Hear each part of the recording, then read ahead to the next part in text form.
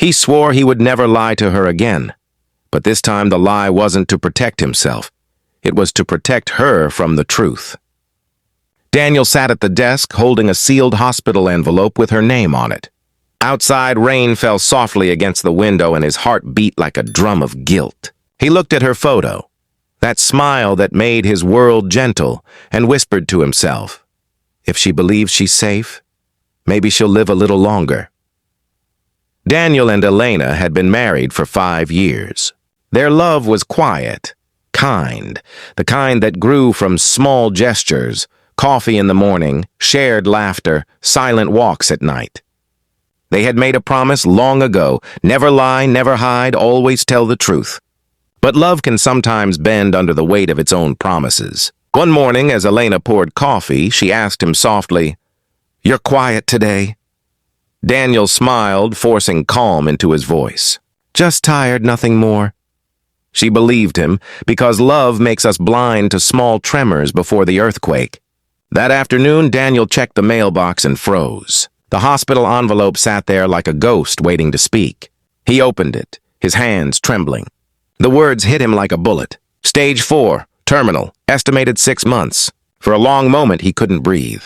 He looked through the kitchen door and saw her, humming while she made lunch, unaware that her days had just been numbered by a piece of paper.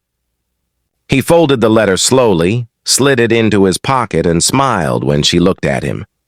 That night, while she slept, he hid the envelope in the drawer beside the bed and whispered to himself, if she knew, she'd stop fighting.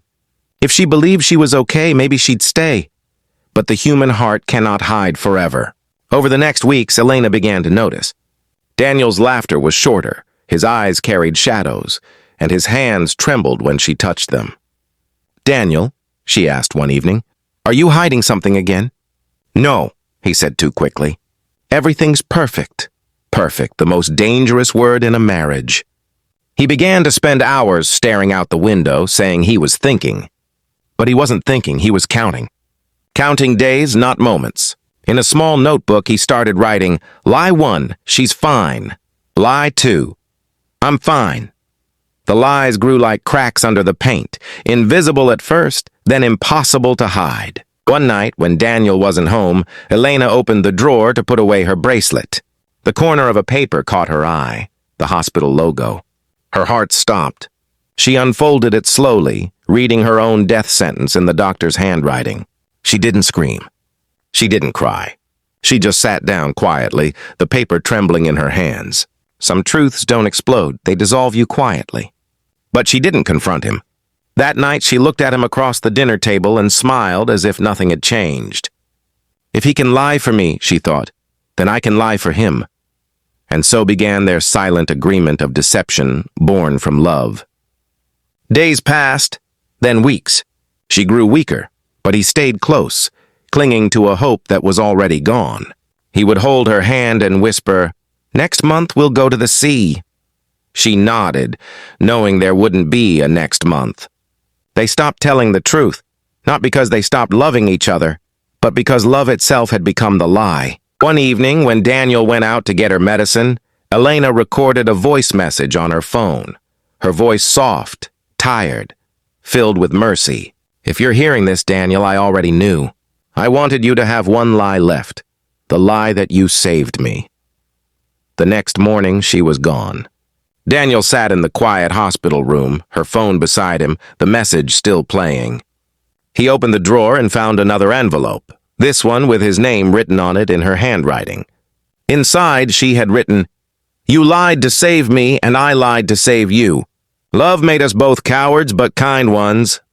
Daniel pressed the letter to his chest, tears falling onto the paper. "I just wanted you to smile one more day," he whispered.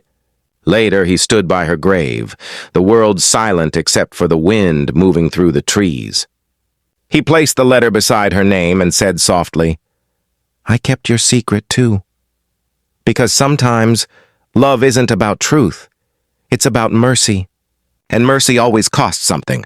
The camera of life pulls back, showing the man, the grave, the fading sunlight. His voice breaks, but his heart feels lighter, knowing that even in the deepest lie, there was still love. If this story touched your heart, don't forget to like the video, leave your thoughts in the comments, and subscribe for more unseen tales of love and loss.